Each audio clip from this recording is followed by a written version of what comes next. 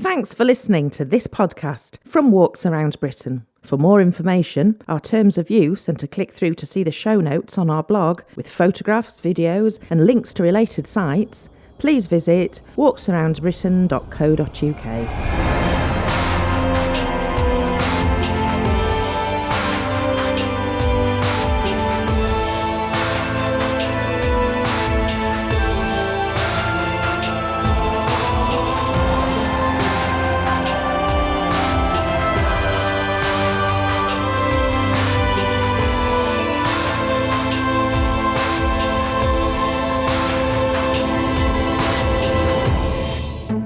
On the 19th edition of the Walks Around Britain podcast, Sue Dennis tells us about this year's Isle of Man Walking Festival, which celebrates its 10th anniversary.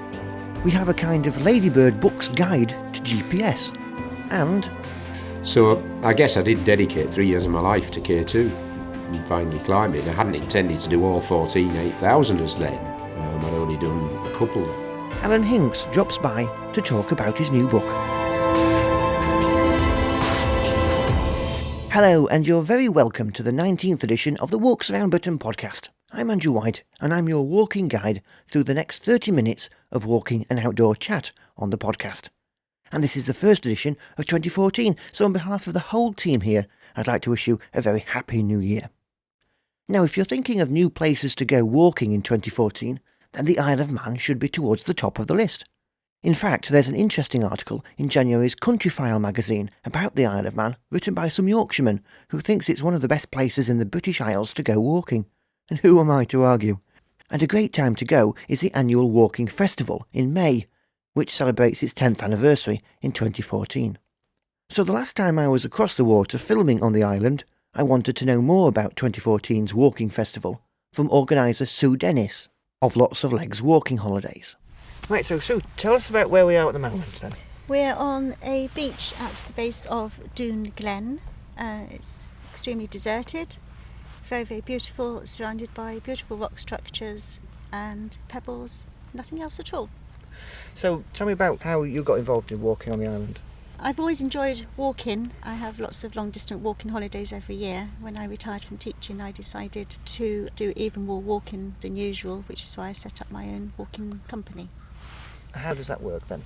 I will create tailor-made walking holidays for your ability and your interest. So for example, if you'd like to spend 7 days walking the coastal footpath and 2 days looking at Manx heritage, then I can design the routes for you, supply you with the maps and sort out your accommodation. So regardless of whether you want to walk 5 miles or 10 miles in one day, it can all be arranged. With the plus side being that I will be able to transfer your baggage from one B&B to another. So A, you won't have to carry your baggage, but also you'll be able to see a lot more of the island. Because that's a fantastic idea, because to be able to move bags from one place to another is a major hassle if you're going around places, isn't it? Yeah, it's very difficult. You either have to depend upon the goodwill of your landlady or pay an absolute fortune for a cab to transfer your luggage. Whereas if I do it for you, you can just walk with your day pack and enjoy the countryside that much more. The island is a fantastic place for walking, isn't it? Tell us a bit more about it. It's extremely varied. If you think about the British Isles and condense it, you have everything here on the Isle of Man.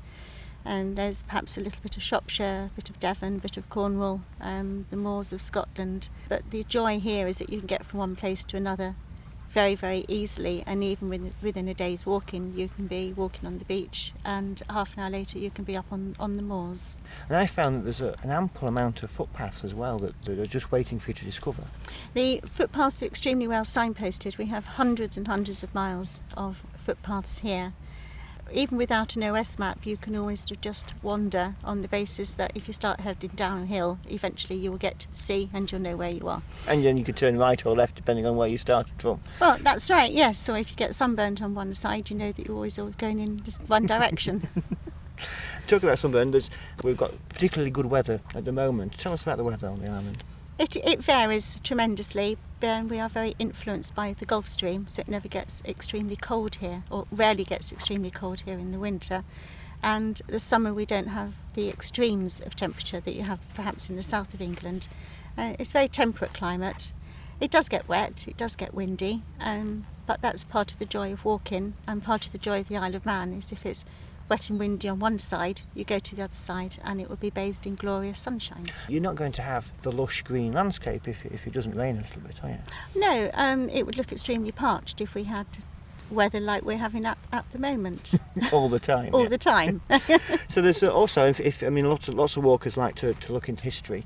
Personally, I'm very interested in transport as well, so I know a lot of walkers are interested in that sort of thing, what railway walks. There's quite a bit of history to discover on the island. Yes, we have the Manx heritage sites, which trace history back down to the Vikings and the fight to keep the Isle of Man free from the English, Scottish and the Irish.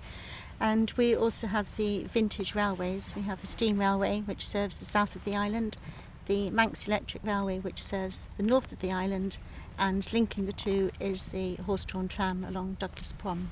And there is the very famous one mountain on the island. Yes, we have Snaefell, which is just a mountain. It's a beautiful walk up Snaefell. You can walk from Laxey up to the top of Snaefell in a day quite easily. So you can go from sea to mountain, or you can catch the mountain railway and you can stop halfway if you wish to walk up part of it. So you can say you've walked up it. You can say that you have walked up the mountain. On a clear day from the top of the mountain you can see 7 kingdoms: England, Scotland, Ireland, Wales, the Isle of Man, Neptune and Heaven. So we're going to try that later, aren't we? Too? We're going to see if we can manage to see all 7. Without being blown away. Yes. Tell me about the Isle of Man Walking Festival. The Walking Festival has been running for 9 years now, 9 very successful years, and we are unique with all the walking festivals in the British Isles because we provide entertainment most evenings, so people come over and they have a complete package of walking and relaxation time. If people come across to the island, you look after them? Yes, from the moment they arrive on the Sunday and we have a welcome dinner which enables them to meet their guides and to find out a little bit more information about their routes, and also if they want to change one of the walks which they have booked they can do so at that time. And in the evenings we have events ranging from Manx dancing to a ceilidh, which is the Manx equivalent of a barn dance. We finalise with the blister ball at the end, the final evening, and on that day the guys or women who have walked the Radnor Folly and the coastal footpath, they receive a well-earned certificate that evening. Tell me about the variety of different walks that are available on the festival. We try and incorporate as many walks as possible to give a taste of the island, and there are walks which will go across the moors and the mountains. We have glen walks, and we have walks along the old heritage trails, for example from Douglas to Peel where a railway line used to run. That will be a very relaxing walk which is only about 5 miles, but it's very peaceful and beautiful wildlife along there as well. So how can people find out more information about the festival? And need to go on to the Visit Isle of Man website where we have a dedicated page about the Walking Festival. This year is our 10th anniversary of the Walking Festival. The date is the 12th of May. Because it is the anniversary, we're going to have a few more different and exciting walks, such as a Victorian walk to look at the architecture in Douglas, and that will finish in a open-top bus ride, some bat walks in some of the glens, and also some day walks on the Calf of Man. So if people want to find out more about what you do, how can they do that? And I have a website which is lotsoflegswalkingholidays.co.uk. If you go onto the website you'll see a taster of the types of walks that I do, and contact details are on there as well. And if you'd like more information about Lots of Legs Walking Holidays or the Isle of Man Walking Festival, then you can find links, photos and videos on the show notes to this edition of the podcast on our blog, which you can get to by clicking through from our homepage at walksaroundbritain.co.uk.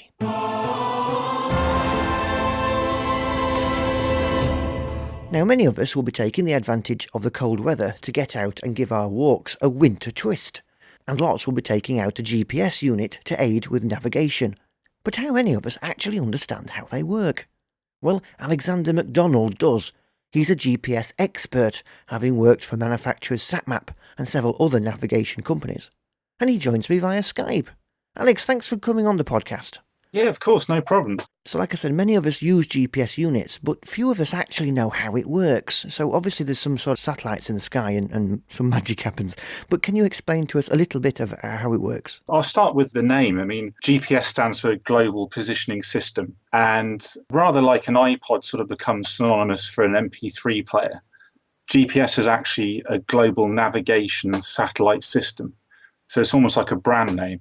Right. And GPS is actually run by the US government. So there's several other GNSSs, if you like, run by the countries. And in Europe, it's called Galileo. It was originally created for the military by the US government. And the military currently receive an enhanced and encrypted accuracy of 30 centimeters. Blimey. Whereas we, the general public, receive an accuracy of around about 2.76 meters. Even that's an amazing figure. Yes, absolutely. Yeah. I mean, obviously it's global. So being able to sort of triangulate your position to that accuracy is amazing, really. So the GPS system has 24 satellites orbiting the Earth, and they all transmit radio signals. And those signals are actually fairly weak, but they can pass through non-solid objects like the cloud and glass, for example, but they can't pass through solid objects like buildings or water. Right. So in order for handheld devices to know where you are in the world, they triangulate your position by knowing where the satellites are that they're communicating, and using their known position, it will work out where you are. So a handheld device needs to lock on and communicate with a minimum of 4 satellites in order for it to triangulate your position. That's a very brief explanation of how the actual system works. So the handheld device doesn't have a transmitter, does it? Just a receiver. Yeah. So it's receiving the signals from the 4 satellites. Yep. How does it know where you are from those 4 satellites? Is it a little bit like sonar? Yeah, because it's communicating with the satellites are telling the device where the satellites actually are. And then, it's done with calculations of how long it's taken the communication to take place. It's therefore able to triangulate the position that way. So when you turn on the device at the start and it says searching for satellite, it's actually trying to find those 4 that it needs. That's correct, yeah. It must be quite a difficult task to make this technical process user-friendly for us walkers. Yes. Yeah, I mean, modern GPSs, all this sort of stuff's going on in the background. And certainly there's an awful lot of programming that's involved with the software in order to get this working quickly. It's worth mentioning that there is a system out there called a satellite-based augmentation system, and that helps improve accuracy. And the way that works is there's a network of ground stations in Great Britain, and those ground stations are surveyed to a very high accuracy, and the GPS signal being sent to your handheld device is checked for errors, and it can communicate corrected data back to the GPS to improve the actual accuracy of where you are. That's a constantly updated accuracy. Yes. Yeah, absolutely. And these augmentation systems, again, there's various ones across the world, and the one in Europe is called EGNOS, EGNOS. And in the US, it's called WAAS, WAAS. So those are different systems that help improve the accuracy of the GPS signal. And you've got to add all these bolt-on services to in a device if you want to sell it around the world. Yeah, I mean, absolutely. There's certainly a lot of research and development that goes into that. GPS has been around for quite a while now. So there's quite a lot of information out there already about Galileo. So yeah, there's certainly a lot to put into new software and things like that. So Galileo is the European version of GPS. Does it have any extra features with it being so new? I think the accuracy is going to be better for Galileo. So GPS, as I said before, publicly is down to about 2.76 meters. And Galileo will be down to about 2 meters publicly. And the military signal is going to be around about 10 centimeter accuracy. Good grief. So that's obviously a bit of an improvement. And by its nature, Galileo, the satellites are going to be, because of the way they're being put into orbit, it's actually going to work better for Northern Europe. At higher latitudes, it's just going to work better for Northern Europe because of that. So it's more focused on Europe? Yeah, absolutely, yeah. And, the GPS devices are going to have a lot more satellites to talk to now as well, because not only will they have the GPS satellites, but also all these Galileo ones as well.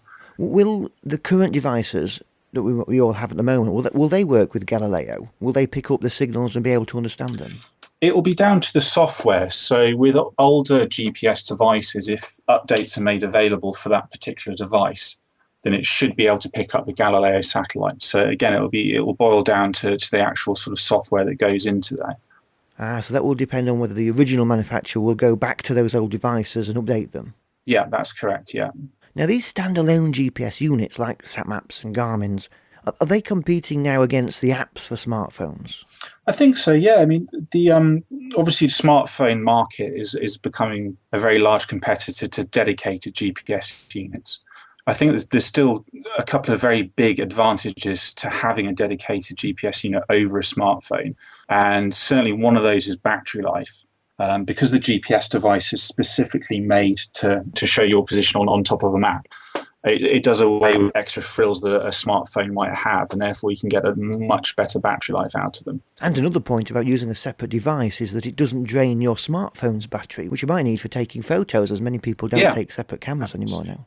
Definitely, yeah. I think there's almost a bit of a safety aspect as well. I mean, certainly for walking and hill walking and things, if you go out with your phone and you're reliant on that for obviously your phone communication, but also your maps and your GPS, if you were to lose your phone or drop it off the side of a mountain, then you've lost your phone and your maps and your location device. So actually keeping them separate is a bit safer as well. Alex, many thanks for coming on the podcast to explain that. No problem, thank you. There you go, the Ladybird Guide to GPS.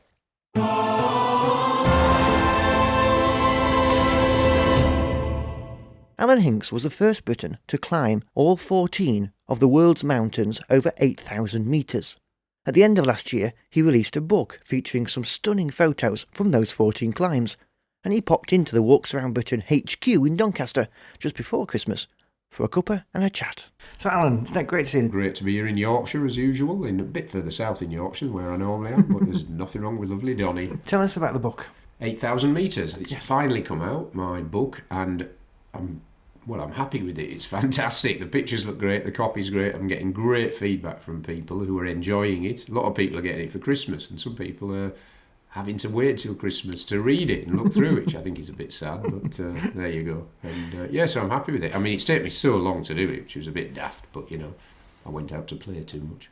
Is this taking too long to get to write it, you mean?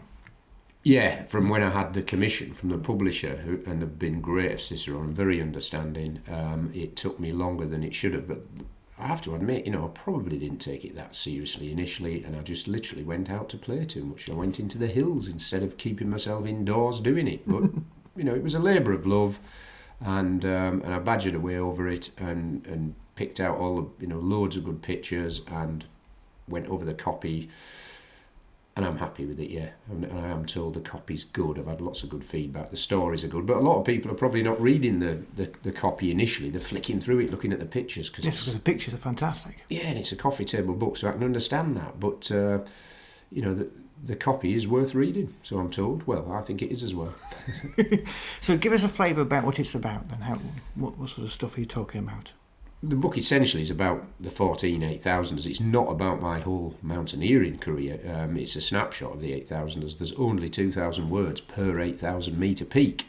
So there's 16 chapters. That's because there's an intro and an aftermath, or whatever you want to call it. And so the intro is a mini biog, so to speak, 2,000 words, where it all began, and the aftermath is a bit like that. So each chapter then just deals with an 8,000er. And again, some of them are just a snapshot. K2, I spent 3 years of my life trying to climb that, and there's only 2,000 words written there. And so it's quite fast moving, and I've had to pick out some of the best pictures, but I've got that many pictures. I could do another book, and there'd still be great pictures, I'm sure. So it seems to be going down well. The publishers have had to reprint, and I think they're reprinting again, and it's available in all good bookshops, as they say, and Amazon and all that malarkey. So there you go. So, and if you haven't been lucky enough to get it for Christmas, it's certainly one that you could go out and buy yourself. Oh yeah, it's going to be available for quite a while, yeah, and in the shops for a long time to come, I hope. So, which of those mountains really give you the greatest buzz? I'm often asked questions like that. Which was my favourite, which was my most dangerous, which gave me the greatest buzz. I mean, in many ways, I always say K2, because when I first saw K2 in the early 90s, I thought, that's the mountain to climb. I was aware then and now. Not many people have climbed it, and loads of people have been killed on it. It's a spectacular looking peak, you know. It's not unlike the Matterhorn or Rosebery Top Inn, only much more impressive. You know, it sticks up as a solitary, sharp, pointy mountain like a shark's fin. So I guess I did dedicate 3 years of my life to K2 and finally climbed it. And I hadn't intended to do all 14 8,000ers then. I'd only done a couple then. I think I'd done Shishapangma, Chooryu, Manaslu, that's 3, Broad Peak. I'd done about 4 8,000, so I think K2 must have been my 5th. But I wasn't counting the 8,000ers then. I just focused on K2 as the challenge. And then after that, I got quickly headhunted to go as a cameraman on Everest, and then I knocked a couple more off and came to the realisation I'd got 8 8,000ers done. That's when I decided to do them all. And a lot of others were memorable, and particularly the last one, Kanchenjunga, which again I had a couple of goes at. Dedicated quite a lot of time to Kanch, and that's what I call Kanchenjunga, affectionately Kanch. And it was a fantastic finale, a near-death experience, which you can read about in the book. And so Kanch means a lot in a way, in that it wasn't just, the last mountain and I knocked it off. You know, I nearly got killed on it. Well, as I did on a lot of the 8,000ers, I suppose. But so it's a bit of a toss-up between K2 and Kanch, which is the most memorable, really. It's not been repeated by anybody else, has it? All 14? Yeah. And no Brits have done all 14 yet. I'm still the only Brit that's climbed them all. I'm sure most people realise it was an Italian that did it first, Reinhold Messner. A Pole second, Kukuchka was a friend of mine, and when he did his 14th, I did my first. We were together, and various other nationalities have done it. And at the moment, I'm the first and only Brit. I always say I'm the only English speaker as well. You know, although there is an American done it, but I always joke and say they don't speak English, do they? And there is actually an Australian done it now as well, but hey, they don't speak English. But that's a joke because I do like the Americans and the Aussies, obviously. Sadly, there's still no French person done it. And I climbed 3 of these 8,000ers with one of my French friends. He was killed as well, and still no French person has done it. And there's about 9 French people being killed. And you know, any French person that does it will become virtually a household name in France, very famous. It's a big deal over there, just as it is for Messner. He's a household name in Italy and very well recognised. You know, he's used in massive advertising campaigns and what have you. So it's quite amazing to me that you've done all of this, and yet you still find wonder in places like the Lakes and North Yorkshire and the like. And how does that work then? How can you have gone to all these, these fantastic peaks of the world and still find wonder in what we have in England? Yeah, I do. And it's funny, even when I was climbing these mountains, not so much now, but certainly when I was climbing them, I'd be seen in the hills by people, and they wouldn't come up and say, if they recognised me, they wouldn't come up and say, "Are you Alan Hinkes?" They'd often come up and say, "What are you doing here?" And I went, "What do you mean, what am I doing here? I like the British hills," you know. And they said, "Well, surely they must pale into insignificance after all the Himalayan climbing you've done," and so on. And I'm like, well, no, they don't really. You know, this is where it all started. This is where I love being. And you can still have an adventure in the British Hills, you know, where it all began for me in the North Yorkshire Moors and the Dales and the Lake District, and obviously the other hills in Britain as well. But yeah, I just love it. You know, you can have a fantastic day out in the British Hills, and that's where I like to be. I mean, they're safer than the 8,000ers, although you can get killed. I was avalanched and nearly killed in the Lake District a couple of years ago, and you can fall off rock climbing and so on and so forth. But, well, the 8,000ers, in a way, the ultimate challenge, really dangerous. Maybe that's why I like the British Hills. Old friends I can have fun with. And do you think that we are doing as much trying to get our children out into these kind of landscapes now? Because there's a big campaign now, isn't there, about trying to get our children out more. Do you think we've stopped doing those kind of things? I think it is important to get young people, children out more, get anybody out more anyway, doesn't have to be into the hills, just get out and do some exercise.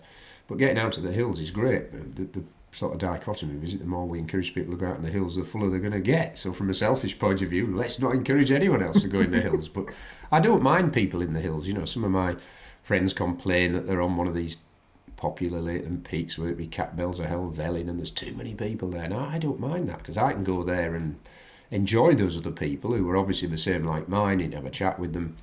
And it's a great buzz, and it's a different buzz to being in a great, I don't know, football stadium or in a big city with loads of people. It's a different sort of buzz, and it's not thousands of people, is it, anyway? But you can always get those mountains to yourself on a quieter day, That, I've been up Helvellyn on a quiet day, or you can go somewhere else, literally the next mountain along, there'll be nobody on it. So yeah, perhaps we should encourage more people to go into the hills, get fit, and enjoy the countryside. It does do something for you. I've just come back from London, and I love going to London, but the noise and the bustle and the hustle and the people, and pavements are full, the roads are full, the sirens are always going off, and it can drive you bonkers. I don't know how people can live there permanently. I really don't, You can get that to a lesser extent in any other British city and big town, and I live in a small village now and love being in the hills. And I think it does refresh you, going in the hills. I know it's not for everybody. Some people would probably hate it, and that's that. But visiting is a good thing, isn't it? Yeah, but give it a try and just visit the hills. You don't have to walk far, just visit the countryside. It does enhance human life, in my view, getting out into the countryside, even if it's just the Bimbley countryside around where you live. Just get out in the woods and hills and valleys. You don't have to go to the top of Scarfell Pike or Ben Nevis or Snowdon. Just get out and enjoy a bit of fresh air in the countryside. And one of the great places to go when you're sort of getting out and to stay in the countryside is the youth hostels, of course, which you do a lot of work with. Yeah, I'm the first ambassador, I think, in its 83-year history for the YHA, and obviously they're great places to go and stay. They do have hostels in cities, there's some great ones in London, but you can use the YHA in their hostels to get out into the countryside. There's loads of them positioned in brilliant places, so you don't have to spend a fortune in expensive hotels, you don't have to camp. You can go and stay in a youth hostel and have a great time in the hills. And there's a misunderstanding that it is just for youths. Yeah, that is a bit of a problem in a way, almost, with the name, the Youth Hostels Association. And but how can they rebrand? It's a great brand in a way, the YHA. It's for anyone of any age. I'm not a youth any longer. And the word hostel maybe doesn't sound as good as it should. They're like mini hotels, a lot of them, really. And so it's just a matter of getting out and enjoying these great YHA properties that are positioned in superb locations. And some of them are absolutely immaculate buildings as well. Some are owned, some are off the National Trust, but some are absolutely fantastic buildings with superb outlooks across valleys and hills. Great to visit. There's one right next to the Abbey in Whitby, which is fantastic. There's a brilliant one in Grasmere, and then there's that fantastic little Blacksail one right up in the hills in Ennerdale. So they've just got some amazing properties and situated in amazing locations. So what's your next challenge at the moment? What are you working on next? Well, my next challenge is to enjoy the winter, because it hasn't been very cold yet, and I'm waiting for the waterfalls to freeze so I can ice climb them, basically. Alan, thanks so much for coming. Cheers, it's a pleasure. And as Alan says, his book, 8,000 Metres Climbing the World's Highest Mountains, is available from all good bookshops and various online retailers too. There's some links on the show notes to this edition of the podcast on our blog.